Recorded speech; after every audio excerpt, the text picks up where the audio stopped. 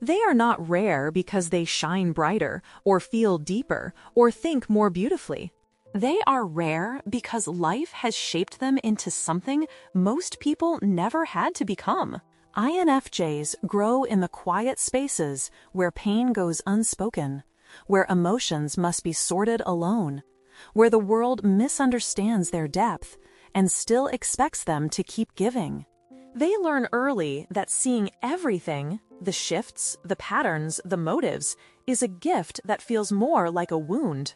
And so they pull back, not to hide, but to survive. Rare isn't glamorous. Rare is what happens when a soul learns to protect itself. The world only sees the empathy, the insight, the intuition. They never see the cost.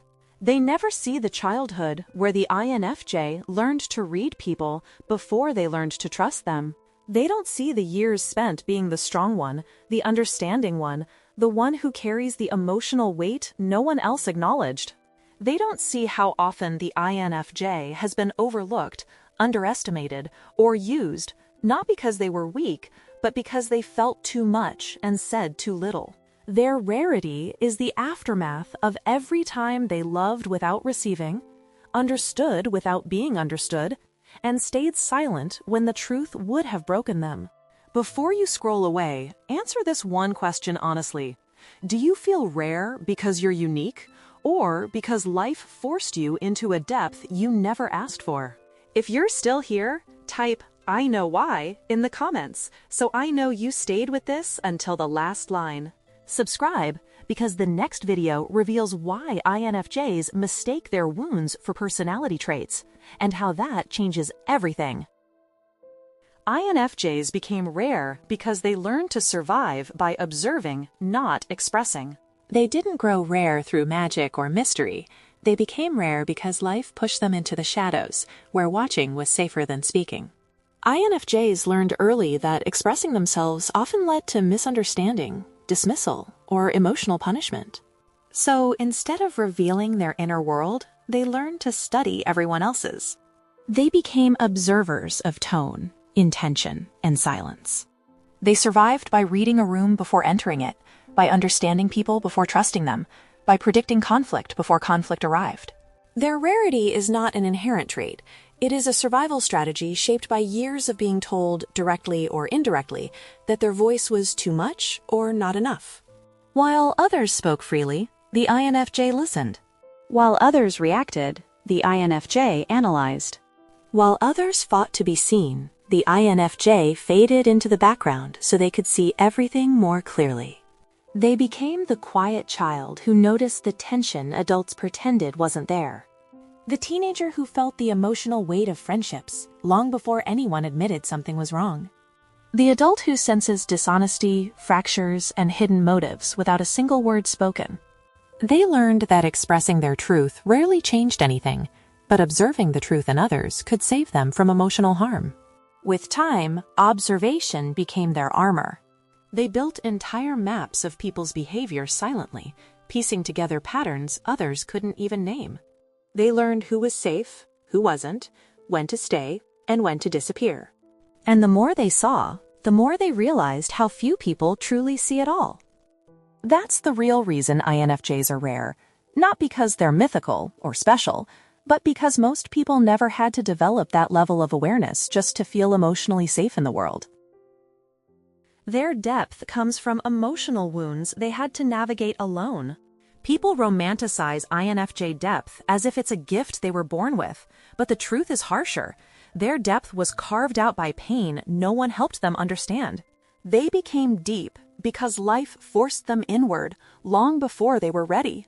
When others had someone to confide in, the INFJ learned to sit with emotions that felt bigger than their body. They learned to soothe themselves, analyze themselves, rebuild themselves, all without guidance, validation, or emotional shelter. Their depth is the echo of every night they spent thinking instead of sleeping, healing instead of hurting someone back, understanding instead of blaming. Those wounds became teachers. The disappointments they never voiced, the betrayals they forgave too quietly, the loneliness they carried while still being there for everyone else, All of this layered their inner world with meaning and complexity. Every emotional scar taught them something: how to read people, how to anticipate conflict, how to sense dishonesty, how to protect their heart without hardening it. They didn't choose wisdom, they learned it the hard way, because the alternative was emotional collapse. This is why INFJs feel old even when they're young. They've lived entire emotional lifetimes internally, while the world only saw their calm surface. Their depth was never about mystique, it was architecture, built from the rubble of moments they didn't have the luxury to fall apart in. And when people call them rare, it's because most humans break outwardly when wounded. INFJs break inwardly, rebuild quietly, and emerge with understanding that looks like insight, but is really survival. They developed intuition early because they couldn't rely on others for clarity or safety. INFJs did not wake up one day with heightened intuition. It was built out of necessity. In environments where words didn't match actions, where emotions shifted without warning, or where the people they depended on were unpredictable, the INFJ learned to read the room long before anyone spoke. Their intuition became a survival skill, a quiet radar that scanned moods, tone, tension, and unspoken motives so they could anticipate what was coming next. While other children trusted what they were told, the INFJ learned to trust what they sensed. It wasn't magic, it was self-protection. They became experts at decoding micro-expressions, emotional undercurrents, and subtle behavioral patterns because relying on others for emotional clarity often led to disappointment or danger. So they turned inward, sharpening their perception until it became second nature. Their mind began connecting dots others didn't even notice existed. They learned to predict shifts in relationships, sense dishonesty before proof appeared, and feel emotional storms hours or days before they broke. This quiet knowing wasn't a gift, it was armor. And as they grew, that instinct matured into intuition, so accurate that others called it mysterious. But INFJs know the truth. It came from years of needing to understand people better than people understood themselves. It came from watching carefully, because speaking wasn't safe, from analyzing everything, because trusting blindly never worked. Their intuition is rare only because most people never had to develop it. INFJs did, because their safety, emotional or otherwise, depended on it. Their empathy formed from carrying others' emotions before understanding their own. INFJs didn't become deeply empathetic because the world nurtured their sensitivity. They became empathetic because they were absorbing emotions long before they even knew what to do with their own. As children, they felt the tension in a room before they understood words like conflict or disappointment. They sensed a parent's sadness, a friend's fear, a stranger's frustration, and their body reacted as if those feelings belonged to them. They carried emotional weight that was never theirs, long before anyone taught them boundaries or emotional separation. Their empathy wasn't learned, it was inherited through experience. While others express their feelings outwardly, INFJs internalized everything. They became emotional sponges, taking in unspoken grief, unresolved anger, quiet resentment, deciphering it all in silence. Over time, this constant absorption shaped their understanding of human nature. They didn't just know how people felt, they felt it themselves, sometimes more intensely than the person experiencing it. Their empathy became both a strength and a burden, a bridge that connected them deeply to others, and a trap that left their own emotions buried beneath layers of everyone else's. Because they carried so much for so long, they grew skilled at reading emotional landscapes with pinpoint accuracy. They learned to stabilize others when they themselves were collapsing.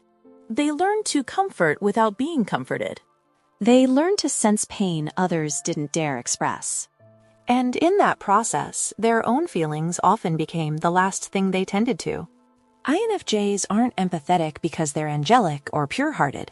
They're empathetic because life forced them to interpret emotions they didn't yet have the tools to navigate. Their empathy was never just kindness. It was survival in emotional terrain no one else noticed. Their boundaries are strong because people repeatedly cross them without noticing. INFJs didn't wake up one day with firm lines drawn in the sand. Their boundaries were built slowly, painfully, after years of being stretched past their emotional limits by people who had no idea they were doing it. Because INFJs are naturally giving, intuitive, and understanding, others often assumed their patience was infinite, their compassion unconditional, their silence a sign that everything was fine. They became the safe place for everyone else until that role began to drain them in ways no one ever saw. And every time someone took too much without realizing it, another invisible brick formed in the INFJ's internal wall. They learned the hard way that people rarely notice the emotional labor being done quietly in the background. The late-night conversations where they held someone's breaking heart together. The unspoken support they offered without needing credit. The moments when they bit their tongue to preserve peace, even when they were the ones hurting. People cross their boundaries not with malice but with blindness, assuming the INFJ would always bounce back, always forgive, always understand. But empathy has limits, and the INFJ reached those limits alone, in silence. So they adapted. They became more selective with their energy. They stopped saying yes when their soul was already tired. They let distance form where imbalance lived. They built boundaries not out of fear, but out of necessity, a quiet, intentional act of self-preservation. Now, those boundaries stand firm not because the INFJ is cold or distant, but because they finally understand their worth. They realized they can't protect everyone else at the cost of losing themselves. And the people who once crossed their lines without noticing are the same ones who never see the boundary wall until it's already closed. Their silence is a shield built from years of being misunderstood or dismissed. INFJs didn't choose silence because it made them mysterious. They chose it because speaking often led to pain. As children, they learned early that their thoughts went too deep, their emotions ran too far, their insights felt too much for people who preferred surface-level simplicity. Every time they tried to explain what they felt, someone minimized it. Every time they voiced a concern, someone dismissed it. And every time they revealed a piece of their inner world, someone mishandled it. Slowly, without announcing it, the INFJ began to build a shield, not out of anger, but out of survival. Their silence is not emptiness, it is a sanctuary. Behind it lives every thought they stopped sharing because no one listened closely enough. Every feeling they tucked away because others couldn't hold it gently. Every truth they swallowed because the world didn't know what to do with their honesty. With time, they discovered that quiet protected them better than explanation ever did. It gave them space to think, to observe, to understand people before people tried and failed to understand them. This silence grew stronger with each misinterpretation. The INFJ watched how quickly others twisted their words, how effortlessly people overlooked their meaning, how rarely anyone paused to ask deeper questions. So they retreated into the inner place where misunderstanding couldn't reach them. Not because they stopped caring, but because they learned conversation doesn't equal connection. Now, their silence functions like armor, soft to carry but impossible to penetrate without trust. It surrounds them not to push others away, but to filter who is worthy of entering. And when someone finally hears what they never said aloud, that is when the INFJ knows they are safe. They appear rare because few people endure that much pain without becoming hardened. INFJs stand out not because they are flawless or mystical, but because they have walked through experiences that could have easily turned them cold, yet somehow didn't. Most people respond to deep emotional wounds by closing off completely, building walls so thick that no softness can survive inside. But INFJs do something different, something almost impossible. They break, they bend, they bleed internally, yet they refuse to let bitterness reshape them. Their compassion remains intact, their intuition stays alive, and their ability to feel deeply survives every blow. It's not that INFJs haven't experienced darkness, they've simply chosen not to become it. They've carried heartbreaks that would have made others cynical. They've endured misunderstandings that would have silenced anyone else. They've trusted people who didn't deserve it, forgiven things they barely had words for, and rebuilt themselves in silence when no one noticed they were falling apart. And still, they show up with gentleness. Still, they observe with empathy. Still, they love with intention rather than fear. That resilience, soft, quiet, unadvertised, is what makes them rare. Many people armor themselves by hardening. INFJs armor themselves by evolving. They learn, they adapt, they deepen. Their pain becomes understanding. Their confusion becomes insight. Their loneliness becomes wisdom. And somehow, they manage to stay humane in a world that rewards emotional detachment. People sense this difference without knowing why. They see someone who has every reason to shut down, yet chooses clarity over numbness, intuition over avoidance, and empathy over indifference. That is why INFJs appear rare, not because they've lived charmed lives, but because they've endured more than most and stayed soft enough to care anyway.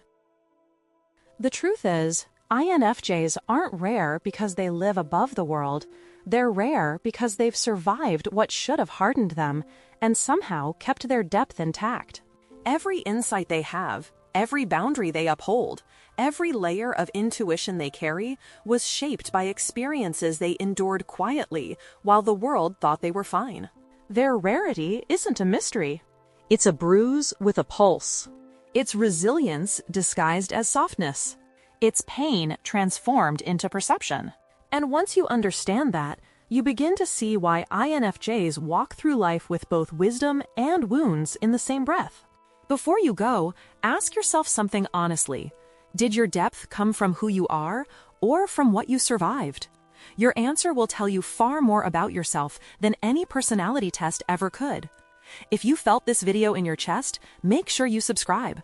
The next one explores why INFJs lose pieces of themselves in relationships long before anyone notices. And if you watched until the very end, type "I survived becoming me" in the comments so I know who carries this kind of depth.